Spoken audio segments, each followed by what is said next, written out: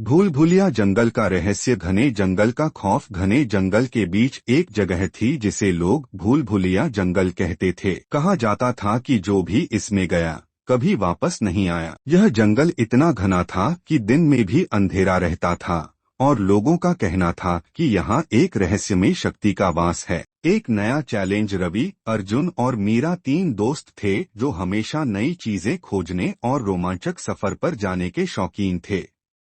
एक दिन उन्होंने फैसला किया कि वे भूल भुलिया जंगल का रहस्य जानने के लिए वहां जाएंगे। सब कहते हैं कि यह जंगल अजीब है, लेकिन असली सच क्या है यह हमें ही पता लगाना होगा, रवि ने कहा। बस इतना याद रखना कि अगर हम बीच में खो जाएं, तो एक जगह रुककर सोचना बेहतर होगा, मीरा ने चेतावनी दी। जंगल में कदम। सुबह सुबह तीनों जंगल की ओर निकल पड़े। जैसे ही वे जंगल के अंदर गए, हर तरफ बस ऊंचे ऊंचे पेड़ और लंबी झाड़ियां ही नजर आ रही थीं। बाहर निकलने का कोई सीधा रास्ता दिखाई नहीं दे रहा था।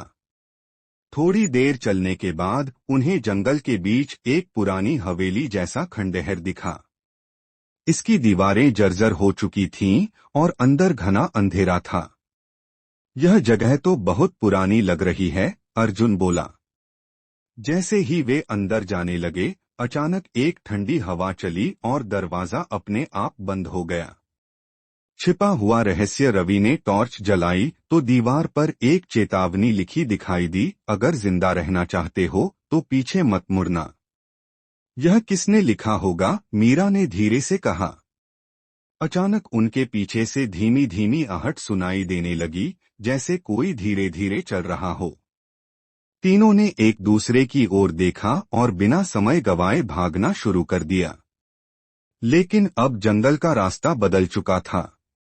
जो जगह पहले खुली हुई थी, वहां अब बड़े बड़े पेड़ उग आए थे। भूत या जंगल की शक्ति।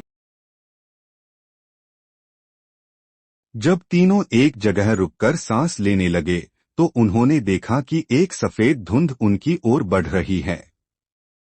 धुंध के बीच से एक परछाई धीरे धीरे करीब आ रही थी। यह क्या है, अर्जुन ने घबराकर कहा।